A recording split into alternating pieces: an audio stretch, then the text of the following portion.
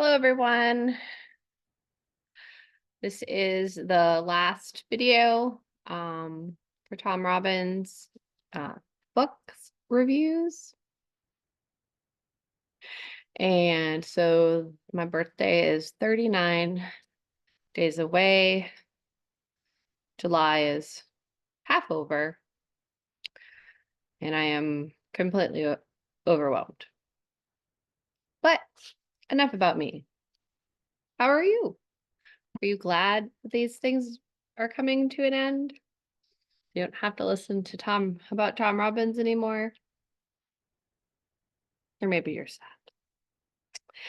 Well, Tom Robbins' last book was published over 20 years ago. I don't know if Tom Robbins is alive or dead, or just like mummified somewhere. I mean, he's got to be in his 90s. You would think we would hear about it, right? But we don't know. It's a mystery.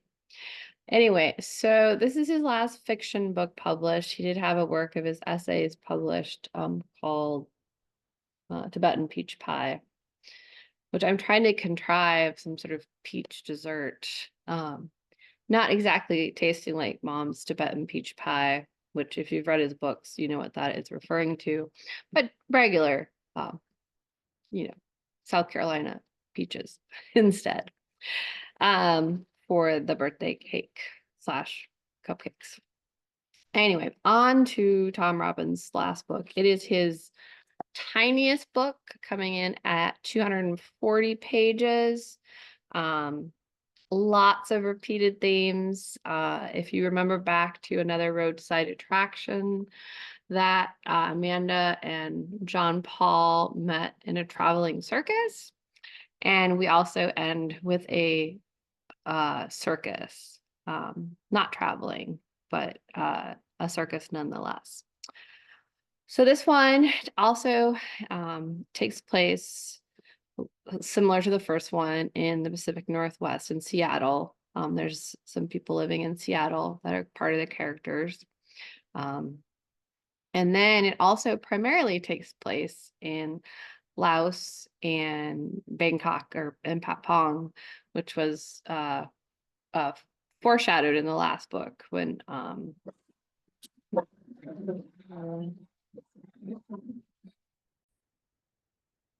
so where was I? Yes, life with 3 dogs, and one is a 5-month-old Australian Shepherd. Very overwhelming. Anyway, so the book takes place mainly in the mountains of Laos and Bangkok, and a little bit in Seattle. And lots of repeated themes. We get a really fun new character, and this mystical element with the Tanuki. And if you ever heard Mike or I say Pablonga, it's because the Tanuki, that's the sound it makes when they drum their tummies. So there's a little bit of history of the Vietnam War in here, just a little bit. And what happens is that a few American soldiers are taken captive, and somehow they end up being able to escape, and they're left with these mountain folks to be held, and they end up just become integrated into the society. And it's really interesting. Some history of the Lao and their involvement. So there are 3 men who were serving in Vietnam that now live on a mountaintop in Laos with the circus. And they so there's the main character of the 3 Americans. They're all pretty much equal. There's Captain Stubblefield, who in the description kind of sounds like Captain Kurtz in Apocalypse Now. This very Marlon Brando, like very large, charismatic man who, teaches the natives, things. No heads or anything like that. No violence. It's much more intellectual. Because I watched Apocalypse Now, the uncut version, just to make sure there were no parallels, because I thought that was interesting. But it's not it's not Captain Kirk's because there's not violence. It's a very loving, peaceful place up there. However, they do engage in some illicit activities, which ends up getting them in trouble, and comes to the knowledge of the FBI, CIA, Army, right? That there are some POWs living in Laos with engaging in illicit activities. So that sounds very serious, and of course it is, but it's Tom Robbins, so he somehow makes it interesting. Because they're also, like I mentioned, living with circus acts. One of the other characters is Dickie Goldwire, and he is from like UNC Chapel Hill, and he's talked about as this golden boy. And he has this thing for, tomato and mayo sandwiches. And if, living in North Carolina the last 14 years, I mean, I've heard it, but everyone here talks about Duke's mayonnaise. And in the book, it talks about best foods or Hellman's. And I was like, I'm not sure. I feel like Tom Robbins got a little bit out of touch with the mayo, unless people of his generation, actually ate Hellman's rather than Duke's mayonnaise. I don't know. I've only heard that Duke's, like if you're a real Southerner, you should be eating Duke's mayonnaise.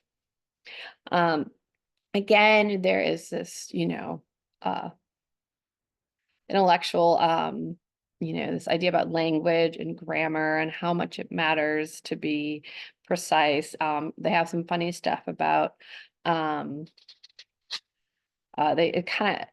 funny stuff about like vine ripened tomatoes and farm fresh eggs, and how we misname things in America they're not actually real. And it's a quote that says, "A country that practices and condones such blatant systemic fakery is a country capable of anything."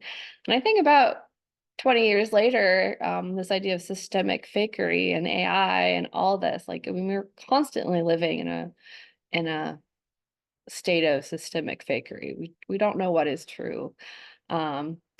Particularly, it's so hard to know what is true these days. So there's some other references to other books, like the book First Invalids with Switters. There's a reference back to unique is not a synonym for unusual. Switters had a real issue with the word unique and people's misuse of it. There's some references about one of the characters that hugs trees, and again, the critique of Christianity and religion as opposed to, being present, and valuing the earth and places that we have. So that's some of those things. And so their illicit trade really gets Dickie upset, and he's upset that some of this stuff that they're selling could get to in the hands of like some unsuspecting kids, right? Legit, right? And this quote that's written, that's actually spoken, sorry, I kind of need my glasses, I can't see what heck page I'm on, is spoken by Stubblefield, but it goes also back to the character Larry Diamond in Half Asleep in Frog Pajamas, when he was talking about the homeless people and that they're responsible, or the unhoused people, that a lot of them are making these choices, right? And so he's very much like, this keeps coming back, that I've noticed in reading them for like the millionth time, and noticing this real everyone's responsible for their self, do what thou will kind of thought. Anyway, the quote is, it's about anything that can be misused. There are reckless people who can and will die from the cars your father sells every day. Dickie's father is a car salesman. anything can be misused. Furthermore, every individual has to assume responsibility for his or own actions, even the poor and the young. A social system that decrees otherwise is inviting intellectual atrophy and spiritual stagnation. There's not much elaboration on that quote, but it's food for thought in a way. Like, if we don't have people understanding the consequences of their action, because we're always intervening before that consequence happens, and there are varying different levels of consequences, but this idea that we're going to have a society where no one understands consequences, and then when they may engage in something, the consequences may be very dire because they're not that maybe they haven't developed the ability to think through the possible consequences of their choices. I kind of hope that's what Stubblefield is advocating for, and rather than just sort of this bootstrap mentality, which I sort of critiqued in Half Asleep in Frog Pajamas. But that's it. It's a real fun read. The Tanukis are fun. There's a circus, there's clowns. That's about it.